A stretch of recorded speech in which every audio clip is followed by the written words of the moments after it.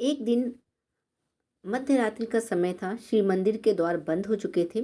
सभी भक्त पुजारी अपने अपने घर वापस जा चुके थे। उस समय बलराम दास जगन्नाथ जी की महिमा का गुणगान करते हुए वहीं टहल रहे थे। अचानक बलराम दास ने एक आश्चर्यजनक दृश्य देखा। अचानक श्री द्वार के कपाट धीरे से खुले और उसमें से दो बालक बाहर निकलते हुए आए। उन्हें पतली सी श्वेत चादर लपेटी हुई थी। उनके केश सुंदर और चमकदार थे। कंधे पर उन्होंने जनेऊ पहना था। चुपचाप ये दोनों बाहर निकलते हैं और मंदिर के पास स्थित एक कुटिया में गए। थोड़ी देर बाद कुटिया से निकलकर वापस श्री द्वार के अंदर चले गए। बलराम दास ने ध्यान से देखा तो वो दोनों बालक पान चबा रहे थे। उनके होंठ लाल थे। बलराम दास ने सोचा, आखिर ये दोनों बालक कौन थे।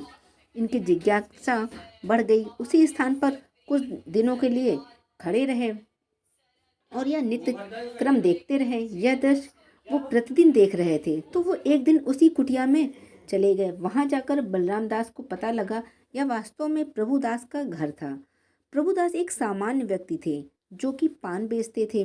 ये भगवान जगन्नाथ जी के परम भक्त थे और अकेले ही रहते थे और पान बेचकर प्रतिदिन धनराशि इकट्ठा कर लेते, जिसका उनका जीवन जो है अच्छे से चल सके और बाकी समय वो भगवान जगन्नाथ जी के मंदिर में ही बिताते थे। कई बार जगन्नाथ जी को देखकर प्रभुदास भावावेश में आकर रोने लगते। प्रभुदास दिन में देखते थे कि भगवान जगन्नाथ जी को 8 बार विभिन्न प्रकार के 56 भोग लगाए जाते हैं और फिर ये सोचते, भगवान आपको भोग अर्पित करने के बाद पान और सुपारी भी अर्पित की जाए, जिससे भोजन संपूर्ण हो जाए। लेकिन मैं जानता हूँ कि आपके मंदिर में अभी तक पान सुपारी अर्पित करने कोई प्रथा नहीं है। अभी तक ये प्रचलित ही नहीं है। फिर मैं तो एक तुच्छ सा सेवक हूँ और मेरे भीतर कोई योग्यता ही नहीं जिससे मैं इस प्रथा को प्रारंभ कर सकूं। लेकिन मेरे भीतर की इच्छा है कि किसी दिन मैं आपको पान सुपारी अर्पित करूं। बस यही सोचकर प्रभु दास जो है प्रतिदिन भगवान जगन्नाथ को पान अर्पित करने लगे। अब एक दिन बलराम दास और प्रभु दास एक दूसरे से मंदिर में ही मिल गए। तब बलराम दास ने प्रभुदास से कहा कि प्रभुदास, मैं कई दिनों से देख रहा हूँ मध्य रात्रि में दो बालक मंदिर से निकलकर आपके घर में आते हैं और फिर थोड़ी देर बाद बाहर निकलकर वापस मंदिर में चले जाते हैं। वो आपके घर से पान खाकर क्या वो लोग आपको पान की कीमत देते हैं? तो प्रभुदास ने कहा, नहीं, मुझे कोई पैसा नहीं मिलता। वो दोनों बालक प्रतिदिन मेरे पास आते हैं और मुझसे पान भी लेकर जाते हैं। जब मैं उन दोनों को देखता हूँ तो मैं उनसे आकर्षित हो जाता हूँ तथा उन्हें देखकर मुझे बड़ी शांति और प्रसन्नता होती है। इसी वजह से मैं उनसे पान की कीमत कभी मांगता ही नहीं। जब तक मैं उनसे पान की कीमत मांगूं तब तक वो दोनों मेरी कुटिया से बाहर निकल जाते हैं। अब आप ही बताइए, इसमें मेरा क्या दोष है? प्रभुदास का उत्तर सुनकर बलराम दास कहते हैं कि अरे प्रभुदास, आप बड़े ही भोले हो। आपको यह याद रखना चाहिए कि आप व्यापार कर रहे हो। आप कैसे बिना किसी से मूल्य लिए पान दे सकते हो? यदि ऐसा ही चलता रहा तो आपका घर कैसे चलेगा? आज मैं आपको एक बात बता रहा हूँ। जब वो दोनों बालक आपके पास आए तो आप उनसे पान की कीमत मांगना। यदि आपको पान की कीमत ना दें तो वो दोनों को आप बंधक बना लेना। वो दोनों को बंधक के रूप में अपनी अपनी चादर आपके पास छोड़कर चले जाएं। तभी उन दोनों को पता चलेगा कि बिना मूल्य के कुछ नहीं मिलता। अब भोले भाले प्रभुदास को यह सुझाव बहुत पसंद आया। अब उसी दिन मध्यरात्रि में वो दोनों बालक प्रभुदास की कुटिया में पहुंचे।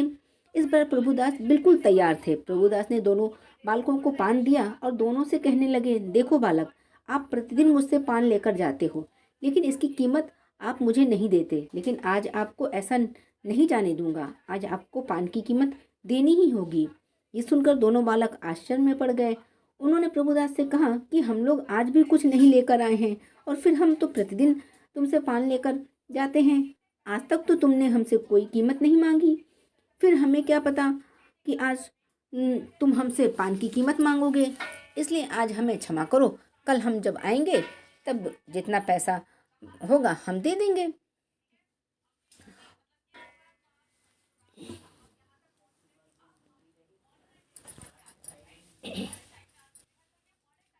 इस बार प्रभुदास तो बिल्कुल जो है निपुण व्यापारी की तरह बात कर रहे थे।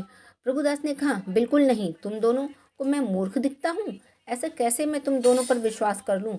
कल तुम दोनों आओगे, तुम दोनों बड़े युवा हो और स्वभाव से चंचल हो। क्या पता तुम दोनों कल यहाँ से आना ही बंद कर दो। इसलिए मुझे अपने पान की कीमत आज ही चाहिए, तब तक मैं आप दोनों को यहाँ से जाने नहीं दूंगा। दोनों बालक ने कहा, प्रभुदास, समझने की कोशिश करो, हमारे पास इस समय कुछ भी नहीं है। हम पर विश्वास करो, हम कल आकर तुम्हारी पूरा पैसा दे देंगे।